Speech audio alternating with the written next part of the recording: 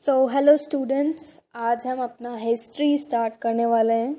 तो ऑब्वियसली हमारा सेशन बहुत अमेजिंग होने वाला है।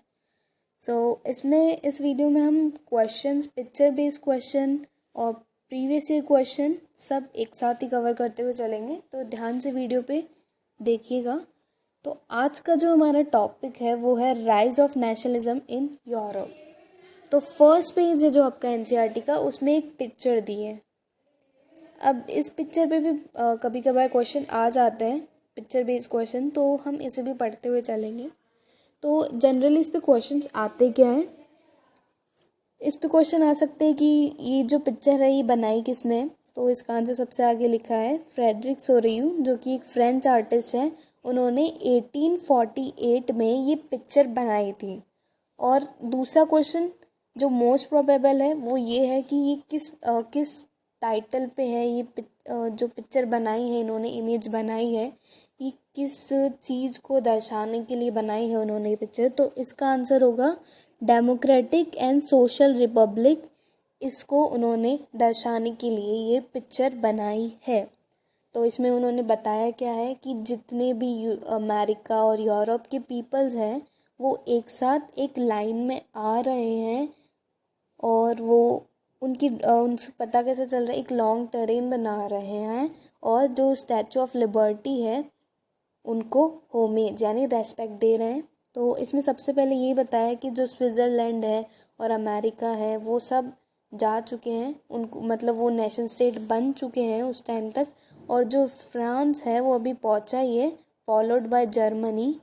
और पीछे बहुत सारे स्टेट्स आ रहे जैसे कि Lombardy, the kingdom of two Sicilies और Russia, Prussia, Hungary, Ireland, Poland, England, ये सब पीछे आ रहे हैं इनके। और इन्होंने क्या बताया इसमें कि ये जो स्टैचू ऑफ लिबर्टी है, उस टाइम पे हम जानते थे कि उस टाइम के जो आर्टिस्ट होते हैं वो किसी भी नोशन को फीमेल फिगर के थ्रू समझाते हैं, लोगों को दिखाते हैं। तो इसमें भी जो स्टैचू ऑफ लिबर्टी है उन्हें गॉडेस ऑफ लिबर्टी मान के ये इमेज बताई है।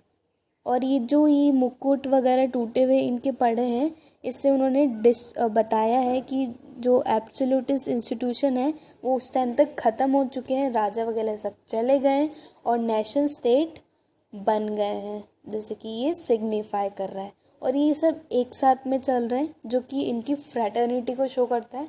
और ऊपर से जो इनके जीसस क्रिस्ट एंड ऑल है, ये सब इस सीन को देख रहे हैं और उन्हें ब्लेस कर रहे हैं।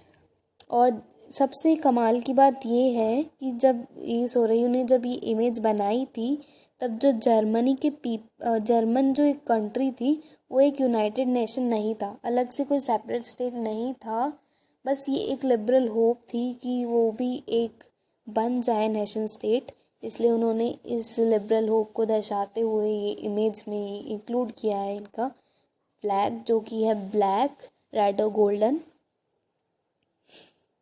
और इन्होंने ये भी बोला है कि जो चाहते हैं कि जो जर्मन स्पीकिंग प्रिंसिपैलिटीज़ है वो एक नेशन स्टेट बन जाए अंडर है डेमोक्रेटिक कॉन्स्टिट्यूशन।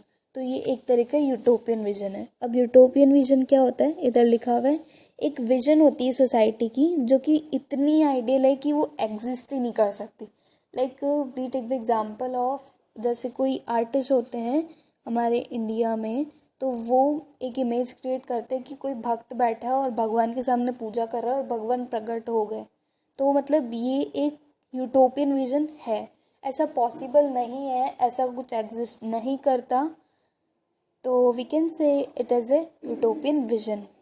और एब्सोल्यूटिस्ट रूल क्या होता है, इधर लिखा है एब्सोल्यूटिस्ट मतलब मोनार्की रूल, जो गवर्नमेंट होती है जिसकी पावर के ऊपर कोई रिस्ट्रिक्शन नहीं होते, वो चाहे जैसे इसे मिसयूज कर सकती है, मतलब डिक्टेटरशिप।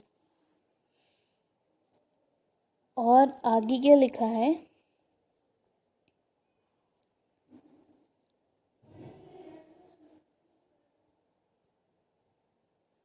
आगे लिखा है कि नेशन स्टेट, हाँ, इस पैराग्राफ से 2-3 क्वेश्चन और बन सकते हैं। जैसे कि जो आइडिया है नेशन स्टेट का वो किसने दिया था, वो दिया था अर्न्स्ट रेनर ने। अब भाई हांस रेनन कौन थे? ये थे एक फ्रेंच फिलोसफर। इस पे भी क्वेश्चन बन सकता है कि ये कौन थे। तो ये थे एक फ्रेंच फिलोसफर जिन्होंने 1882 में जो यूनिवर्सिटी ऑफ सबपॉन है वहाँ पे एक लेक्चर दिया था।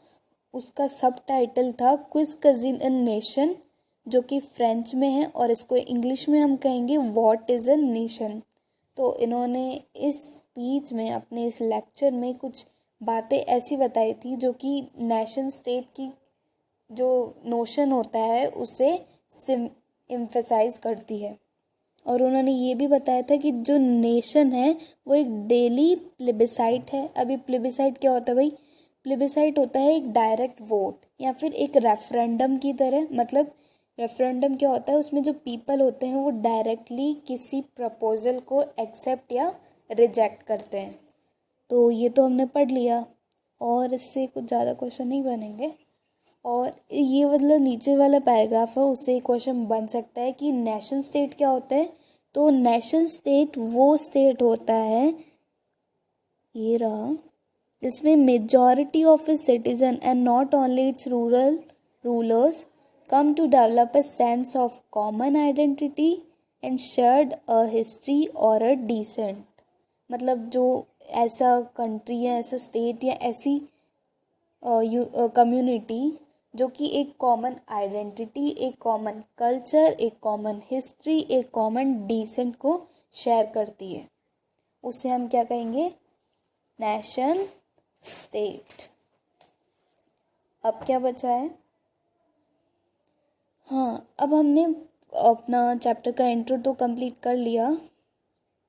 अब हम अपने चैप्टर के फर्स्ट पार्ट से स्टार्ट करते हैं। तो ये तो अपने 9 से पढ़ते आ रहे हैं हम फ्रेंच रिवॉल्यूशन के बारे में, तो वही इसमें उसका थोड़ा बहुत एक्सप्लेनेशन दिया है। तो सबसे पहले हम इसके पिक्चर बेस्ड क्वेश्चन डिस्कस करेंगे, तो जो कि इनमें से आएंगे। इनमें से आ भी सकते हैं, नहीं भी आ सकते हैं, प्रोबेबिलिटी कम है, फिर भी आपको सब कुछ पढ़ के जाना है। आपकी प्रिपरेशन 100% होनी चाहिए, तो इसलिए हम ये पढ़ेंगे। तो ये जो है, ये हमारा वो बेस्टिल फ्रेंच वाला, जो हमारे 9th क्लास के फर्स्ट चैप्टर के फर्स्ट पेज पे इसके बारे में दिया हुआ है कि पीपल्स ने कैसे इसको डिस्ट्रॉय कर दिया था अपना डेस्पोटिज्म दिखाने के लिए, किंग के खिलाफ, मोनार्की रूल के खिलाफ। तो और इसके पास में ये है जर्मन फोर्ट ऑफ कैजल, जो, और ये इमेज है, ये बनाई है एंड्रियाज रैबमिन ने 1798 में। तो इसमें क्या लिखा है कि the image of French Bastille being stormed by revolutionary crowd has been placed next to similar fortress mean to represent the bastion of despotic rule in German province of Kassel। Accompanying the illustration is the slogan, "The people must seize their own freedom"। तो ये जो picture है ये बनाई हमारे Andreas रिबमैन ने। एक ही question बन सकता है कि ये पिक्चर बनाई किसने है और ये किस चीज़ पे, किस आइडियोलॉजी पे बेस्ड है।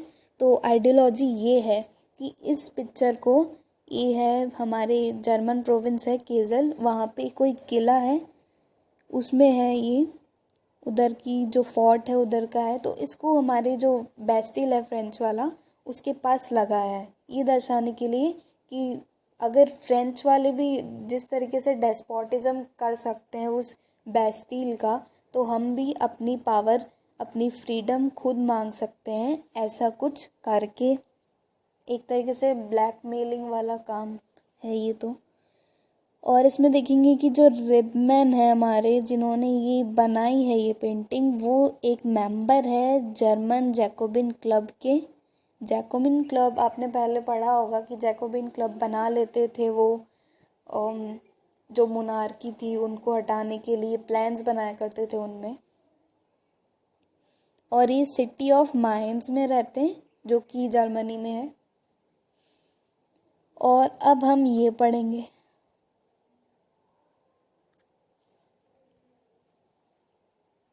तो स्टार्ट करते हैं। हम 9th में पढ़ के आए हैं वैसे तो कि लुइस 16 था जिसकी वजह से ये सब हुआ था। उसको हटाने के लिए लोगों ने इसको बास्टिल को जलाया था, जिसकी वजह से काफ़ी पुलिस ऑफिसर वगैरह भी मर गए थे और जो लोग हैं उधर के वो जेल से उससे फ्री भी हो गए थे। तो हम उसके आगे का अब कंटिन्यू करते हैं कि पीपल ने अपने जो नेशन स्टेट बनाने के लिए फ्रेंच को डेमोक्रेसी लाने के लिए क्या क्या किया। इसमें फर्स्ट पैराग्राफ में तो यही लिखा है कि उन्होंने ट्रांसफ़र किया मोनार्की को अपनी डेमोक्रेटिक रिपब्लिक में, और पीपल ने अपनी डेस्टिनी को खुद शेप दिया, खुद एक नेशन बनाया अपनी मेहनत से, अपने स्ट्रगल से। then हम पढ़ेंगे फ्रेंच रिवोल्यूशनरीज़ ने क्या क्या ऐसे किया कि जिसकी वजह से फ्रेंच एक नेशन स्टेट कहलाया। इससे भी 3 या 5 नंबर का क्वेश्चन बन सकता है, तो एक बार इसे भी अच्छे से पढ़ लेना, मस्ट है पढ़ना। तो फर्स्ट पॉइंट तो ये है कि उन्होंने आइडिया दिया ला पैट्री और ला सिटोयन का। ला पैट्री ला सिटोयन क्या होता है? ला पैट्री मतलब फादरलैंड, जैसे कि अपने भारत माता होती है, इनके द फादरलैंड होता है। और ला सिटोयन मतलब वहाँ पे रहने वाले लोग। ये एम्फसाइज करता है कि जो पीपल है सारे एक कम्युनिटी के, उनकी कम्युनिटी के वो इंजॉय कर रहे हैं equal right under a constitution, मतलब all are equal before law. और नेक्स्ट क्या है, इन्होंने क्या किया, एक new flag, tricolour flag जो कि था ब्लू वाइट और रेड कलर का, उसे इंट्रोड्यूस किया अपने फॉर्मल रॉयल स्टैंडर्ड को शो करने के लिए। और जो स्टेट जनरल है वो अब एक्टिव सिटीजन इलेक्ट करने लगे और उसको रीनेम करके नेशनल असेंबली दे दिया। ये बहुत ही इंपॉर्टेंट पॉइंट है, इससे 1 नंबर का क्वेश्चन आ सकता है, एक बार इसे देख लीजिएगा। और इसमें क्या बताया कि जो न्यू हाइम्स ओथ्स और जो मार्टाज है वो I don't know what is it, इसे कंपोज किया गया। कंपोज जैसे कि आपकी प्लेज वगैरह होती है और सॉन्ग्स होते हैं जो कि अपनी नेशनलिटी से होते हैं, उनको कंपोज किया।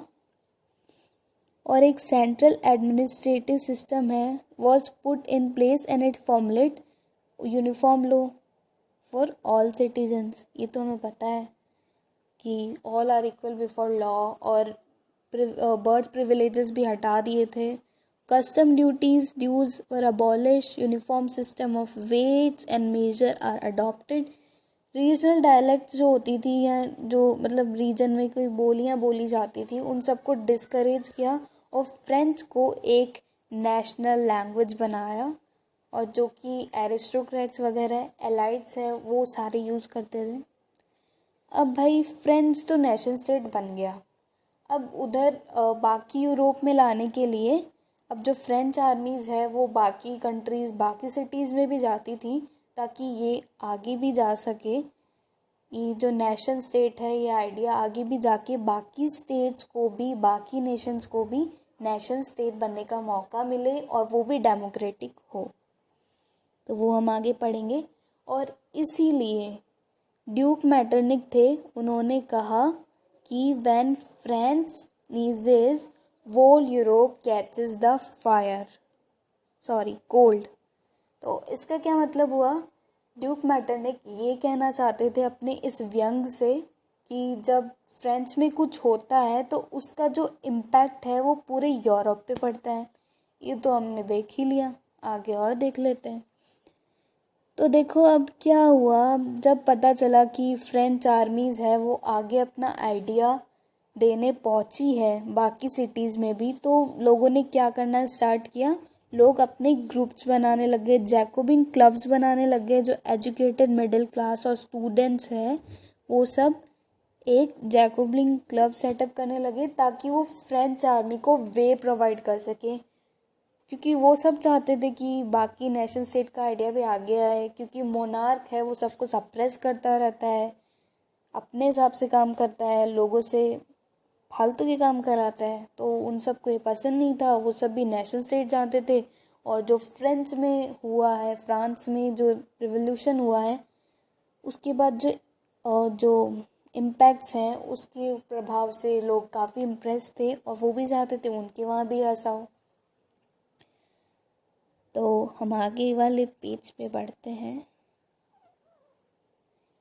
ये हमारा फ्रांस का मैप है, यूरोप का मैप है सॉरी। ये हमारे यूरोप का मैप है after the Congress of Vienna. ये हम देखेंगे कांग्रेस ऑफ वियना क्या है। सो इस पैराग्राफ पे मूव ऑन करते हैं अब हम जानते हैं कि भाई ये तो हुआ। अब आया 1799। जब 1799 आया तो हमारे यहाँ फ्रांस में रूल करने आए नेपोलियन बोनापार्ट। इनके बारे में भी आपने 9th क्लास में थोड़ा बहुत पढ़ा होगा। ये 1815 में हार जाते हैं बैटल ऑफ वाटरलू में, वो सब हम आगे पढ़ेंगे। तो उनसे पहले पढ़ेंगे ये नेपोलियन आए तो इन्होंने पहली बात तो डेमोक्रेसी तो भाई पूरी बर्बाद कर दी थी, उसकी जगह मोनार्की वापस रिस्टोर हो गई थी फ्रांस में। पर इन्होंने क्या किया, इन्होंने कुछ ऐसे चेंजेस भी किए फ्रांस में जिन्होंने फ्रांस के कॉन्स्टिट्यूशन को एडमिनिस्ट्रेटिव सिस्टम को और भी एफिशिएंट और रैशनल बना दिया। जैसे कि इन्होंने सबसे बड़ा काम किया सिविल कोड ऑफ 1804 लाके, जिसे नेपोलियनिक कोड भी कहा जाता है। तो ये भी बहुत इम्पॉर्टेंट क्वेश्चन है, ये भी 3 या 5 नंबर का आता है, तो एक बार इसे भी अच्छे से पढ़ लेना आप लोग। तो इसमें उन्होंने क्या किया, इसमें उन्होंने बहुत सारे ऐसे चेंजेस लाए जिसने हमारे फ्रांस को और भी काफ़ी बेटर बना दिया। सो ये रहा। तो हमारे जो नेपोलियनिक कोड था या फिर सिविल कोड था उसके मेरिट्स भी थे कुछ और डीमेरिट्स भी थे। पर हुआ क्या था, डीमेरिट्स इतने ज़्यादा हो गए मेरिट्स पे हावी कि भाई अब तो नेपोलियनिक थोड़ा डिस्ट्रॉइंग लगने लगा लोगों को और नहीं जमा लोगों को। तो हम पहले जान लेते हैं कि मेरिट्स क्या थे और डीमेरिट्स क्या थे। सो मेरिट्स जो थे वो ये थे कि उसने जितने भी बर्थ प्रिविलेज है उनको हटा दिया था। भाई लोग भी यही चाहते थे। और इक्वालिटी बिफोर लॉ ला दिया था।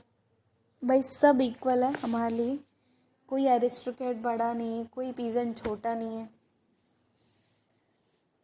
और जो डच रिपब्लिक है, स्विट्ज़रलैंड है, इटली है, जर्मनी है, उनमें जो एडमिनिस्ट्रेटिव डिवीज़न है वो सिंप्लीफाइड कर दिया था। और जो फ्यूडल सिस्टम है और सर्वडम्स है, मैनुअल ड्यूज़ क्या होता है जागीर का, उन सबको अबॉलिश कर दिया। गिल्ड रिस्ट्रिक्शन क्या होता है, पीपल एक साथ मिलके मतलब बोल नहीं सकते, किसी चीज़ पर डिस्कस नहीं कर सकते, उन्हें भी उन्होंने रिमूव कर दिया था। और ट्रांसपोर्टेशन और कम्युनिकेशन सिस्टम भी काफ़ी इम्प्रूव कर दिए थे। तो ये तो थे कुछ अच्छे मेरिट्स। और भाई देखो ये बिजनेस क्लास और वर्कर्स जो थे ये नेपोलियन से बड़ा खुश थे। क्या रीज़न था इनकी खुशी का, देखते हैं हम। तो ये इसलिए खुश थे कि देखो एक तो ट्रांसपोर्ट सिस्टम और कम्युनिकेशन सिस्टम काफ़ी बेटर कर दिया था इन्होंने, और यूनिफॉर्म लॉज ला दिए थे, स्टैंडर्ड यूज़ वेट्स और मेजर को अडॉप्ट किया था और यूनिफॉर्म लॉज ला दिए थे, और exchange of goods and capital from one region to another, ये सब इन्होंने सिंप्लीफाइड कर दिया था।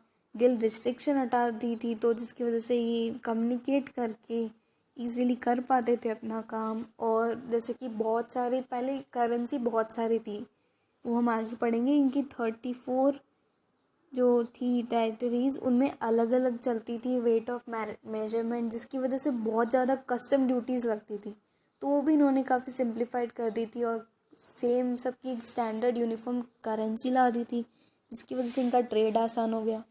तो बिजनेसमैन्स और वर्कर्स के लिए तो काफ़ी अच्छा रहा नेपोलियन का ये रूल। पर अब हम देखते हैं कि डीमेरिट्स क्या थे। तो डीमेरिट्स क्या थे देखते हैं हम। तो एक तो इन्होंने डेमोक्रेसी सबसे पहले डिस्ट्रॉय कर दी थी और एक टैक्स इंक्रीज़ कर दिया था, सेंसरशिप लगा दी थी और लोगों को ज़बरदस्ती फ्रेंच आर्मीज़ में भेज रहे थे। क्यों भेज रहे थे भाई? ये डिक्टेटरशिप मोनार्क थे, इनको ज़्यादा से ज़्यादा अपना पावर सीज़ करना होता था, लैंड सीज़ करना होता था, जिसकी वजह से इनको ज़्यादा स्ट्रॉन्ग और बड़ी आर्मी चाहिए होती थी।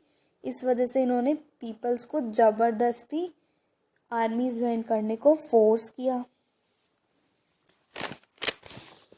और इन्होंने वुमेंस का भी किया था कि वुमेंस है उनको माइनर स्टेटस दिया सोसाइटी में और बोला कि तुम प्रॉपर्टी हो अपने, अथॉरिटी हो अपने फादर और हस्बैंड की।